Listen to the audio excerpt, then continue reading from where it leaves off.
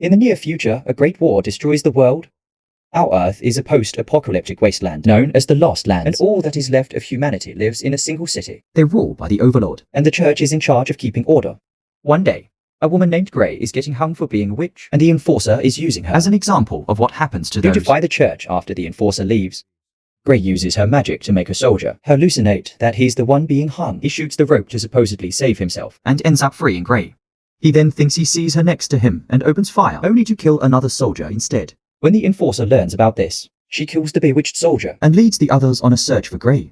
While the group looks around the room, Grey hides in the shadows to kill soldiers one by one, until only the Enforcer is left. Grey manages to corner her by threatening her with a knife, and the Enforcer tells her to do it. But instead of giving her a quick death, Grey chooses to hang her as she walks away. The crowd parts for her, and calls her the witch that will not hang. Meanwhile, Boyce is wandering alone on his horse, but stops at a tunnel because he can tell he's about to be ambushed. When he says this aloud, a group of men come out of hiding, and one of them tries to steal Boyce's goo. However, there's a two-headed snake attached to it that immediately kills him. Then Boyce closes his hands to make guns appear, and quickly kills the entire gang before they can lay a finger on him. Before leaving, he makes sure to pick up his snake. Back to Grey, she finds shelter in a tower, and leaves some money for a blind woomer who recognizes her because of her kindness. Later, they're visited by the Queen and Geary's, the captain of the Overwatch. The Queen wants to buy the power to shape, shift into a wolf, and pays with some fancy jewelry. Grey never refuses anybody and takes the job, explaining she'll hire a hunter to kill a shapeshifter and take their power. Her deadline will be the next full moon, which is happening in 6 days. While Grey gets her blades ready to leave, Geary's tries to buy a wish too. He wants Grey to fail the Queen. He swears he's loyal to her, but he thinks getting this power will destroy her. Grey doesn't believe him and thinks he's just jealous, but since she refuses nobody, she takes his timepieces payment. Afterward, Grey uses a spell to look at the Lost Lands and find what she needs. She watches how a group of men tries to fight a huge wolf, but they're all killed in seconds. In the meantime, the Overlord is in bed and asks the Queen for help because he's wetted himself a guy. The Queen calls the maids while insulting her husband, nearly tired of having to deal with him. Moments later, she's kissing Boyce as it's revealed they're having an affair. When Boyce tries to sneak out of the castle, he's stopped by the guards, so he spits the alcohol he's drinking at a torch to light a guard on fire though. He kicks the other one to throw him down the stairs. Later at a bar, Grey approaches Boyce and tries to hire his hunter services, since he's known for his knowledge of the Lost Lands. Boyce only wants to gamble, so Grey plays against him and easily wins in the first round. He's still hesitant to accept her mission because most people can't survive the Lost Lands, so Grey tells him that if she ever slows him DOW, he has her permission to leave her behind. Then Boyce tells her about a great wolf who lives in a place called Skull River. Grey realizes that the name matches her visio and promises to pay Boyce with the timepiece if he takes her there at that moment. A bunch of soldiers enter the bar, and one of them opens fire from above, but Boy throws the snake at him to quickly kill him. The body falls, and the snake jumps on another soldier's arm, so his partner chops the limb off, and the snake gets away. The Enforcer then joins the fight and uses her knife to quickly kill the snake. When she turns around, Grey and Boyce are already gone. At the church, the Patriarch reminds everyone that witches and heretics must be brought to justice. The crowd pretends to be praying while secretly passing around a note about a rebel movement after Mass. It's revealed that the Patriarch knows about the note, and he notices Grey has become the symbol of the rebellion. The Enforcer brings the blind woomer and steps on her hand until she explains that Joris and the Queen visited Grey. The Patriarch orders the Enforcer to find Grey and make her confess she's been manipulating their leaders before hanging her in the Lost Lands. Grey and Boyce are camping for the night. Boyce tries to catch a new snake, but can't find one that pleases him. While Grey is trying to sleep, Boyce approaches her with his blade, so she stops him with her knife. However, he's there to kill the Scorpio that was about to sting her.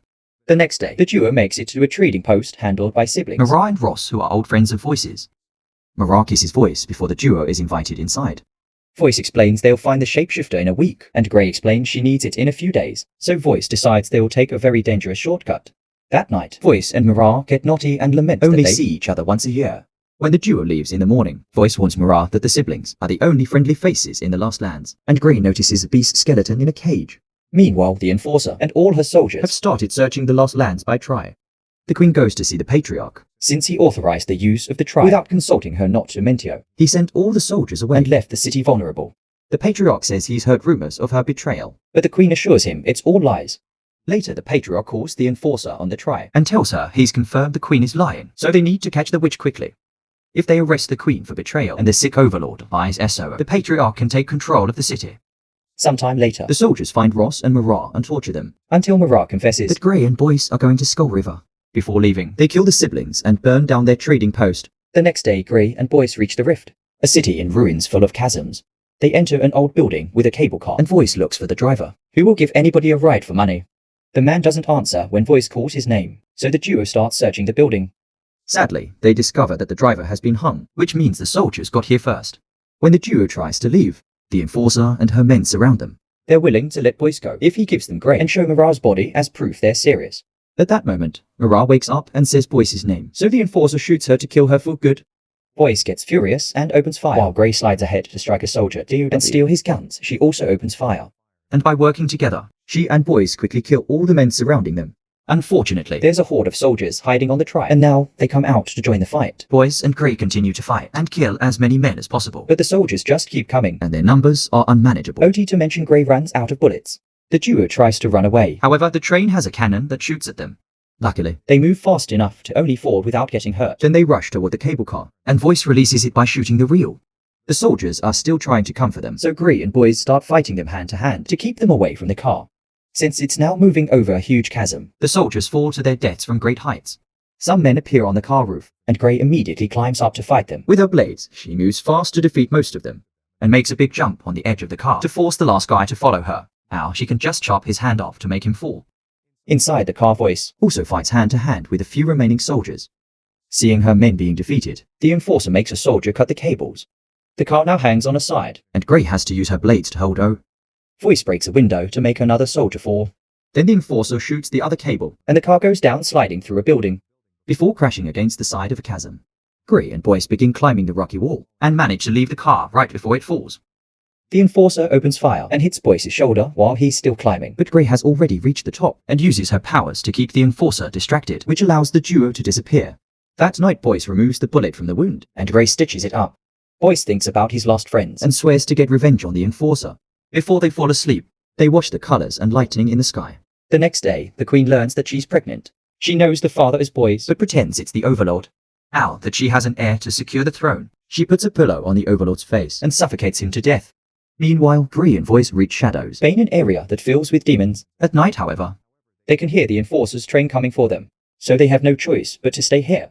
They hide inside a cooling tower and destroy a bunch of cans to spill gas on the ground. When night falls, the lights in the tower are turned on, and a demon tries to attack them. Voice throws a lighter on the gas to create a ring of fire that surrounds him. In Gray SOO. More demons under the tower, and the duo has to open fire, but their bullets don't do much. The demons bring a metal plank and put it on top of the fire to create a bridge. So, Voice blocks them by kicking a gas can and shooting it. A demon jumps as the can explodes and tackles Voice to attack him, but Gray pulls him back by stabbing it with her blades. When the demon twists his body to try to catch her, Gray has to jump and fight it hand to hand. Voice tackles the creature and impales it on a metal rod, while Gray throws a blade at another gas tank. This time the explosion is bigger and gets the attention of the demon leader, who is watching from the top of the tower. With its minions, they jump down and tackle both humans, while the leader calls Gray by name, saying she shouldn't have come back to this place. Gray uses magic to make him move back and shoots fire from her hand, controlling the whole flame circle to make it grow into a huge fire tornado that burns all the demons, including the leader afterward. Voice points out he couldn't feel the flame, so Gray explains it wasn't real. She used an illusion to make the demons think they were on fire, and they died of a placebo effect. She reveals there's a big treasure full of power hidden there, and many years ago a man hired her to steal it. However, this place is so corrupted that it transformed the man and his minions into the demons they encountered. The next day, the Patriarch announces that the Overlord is dead, but the Queen is pregnant, so the baby shall be the new Overlord. The citizens don't react, so Jirai shoots a bullet in the air to make the crowd chant in favor of the Queen and her child afterward. The Patriarch bends the knee to the Queen, promising to advise her well. However, in private, he insults her and calls the enforcer to tell her to hurry. The Queen is also making plans and kisses Jirai to manipulate him, hoping to use his army for her personal goals. Boyce and Gray arrive at the fire fields, and Boyce announces they'll reach their destination the next day. Fighting the shapeshifter will be dangerous, so Gray thinks Boyce should take his payment and leave.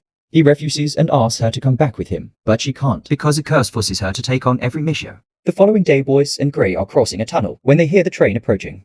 Since they can't outrun it, they make a plan. Gray stands on the rails and waits for the train to be close enough before she starts running. The enforcer immediately makes the try chase after her, not realizing it's a trap. Gray guides it to a broken rail and jumps at the last second so Boyce can catch her. The train can't stop and falls into the abyss, causing an explosion that kills the enforcer and all her men. When the Patriarch learns about this, he tries to assemble his guard to take the throne by force. However, Jirai and his army suddenly surround him to kill and his remaining soldiers, leaving the Queen as the only leader in the city. Afterward, Jirai and the Queen celebrate by getting naughty. The next day, Gray and Boyce arrive at the Skull River, an area covered in the bones of the wolf's victims. They search an old building and find signs someone is living there, but not a person in sight. Voice tells Grey they should go back, but Grey wants to finish her mission. When night falls, Grey covers her fingers with silver claws and heads outside. Voice again tries to stop her, but it's too late. The full moon is out and causing him to transform. It turns out he was the shapeshifter all along, and Grey thinks he agreed to guide her, to bring her here and kill her. Voice's body grows in size and his clothes are destroyed as he finishes becoming a huge wolf. Grey throws the timepiece at him before she starts fighting him with the silver claws, but Voice is clearly stronger and easily throws her around. Then Grey creates an illusio that sends a bunch of birds after him, allowing her to hide. When Voice jumps to attack the big bird, the illusion ends and reveals Grey stabbing him with the claws. Voice tries to defend himself, but he's now too weak, and after a few more hits, Grey brings him DOW. He raises his arms in a last effort when Grey moves to land the final blow. Seconds later, Voice wakes up covered in scars. Grey is giving him water and telling him to rest. Voice falls asleep, and the next time he wakes up, he finds himself in chains. It's revealed that when Grey gave him stitches, she hid some silver under his ski, which has been poisoning him all along. When she gets ready to kill him, Voice says he has a wish and reminds her she can't refuse anyone. He wants them to be together and hunt together to end their loneliness. Grey agrees while pointing out there's a prize. At that moment, the clouds move and the moon forces Voice to transform a guy, so Grey starts cutting his chest open. The next morning, Grey drops the timepiece on Voice's grave and leaves with his pelt when she enters the city. The slaves chant her name and some guards try to calm them DOW. To no avail. SO. The church's giant cross is brought down by the rebels. Grey gives the pelt to Joris with instructions for the queen to gain its power. When Joris points out she failed his mission, Grey explains she's killed the queen's lover and now Joris can have her, which is his real wish later. The queen has a breakdown when she realizes the skin belongs to a dead Voice. Her goal had always been to become a beast, to be with him, but Joris points out Voice corrupted her. The queen realizes he's betrayed her and takes a hairpin to stab Joris in the neck, killing him. The rebels use this chance to burst into the castle and kill all the gods whose bullets can't do anything against such a huge amount of people. When the sun rises, it burns the pelt until there's nothing but ashes. At the same time, Voice's grave starts shaking. Sometime later, a revived Voice finds Grey with the intention to kill her. However, Grey confesses she's always known he was the queen's lover. She planned everything so the rebels could finally defeat their oppressors and Voice would survive in the end. Voice tries to shoot anyway, but his gun fails, so he attacks with a knife instead. Grey dodges it and they end up stuck with their blades on each other's necks. When Grey reminds him this is what he wished for, Voice agrees, and now the duo leaves together to travel through the Lost Lands. Make sure to subscribe and turn on notifications so you can watch more videos like this. Thanks for watching.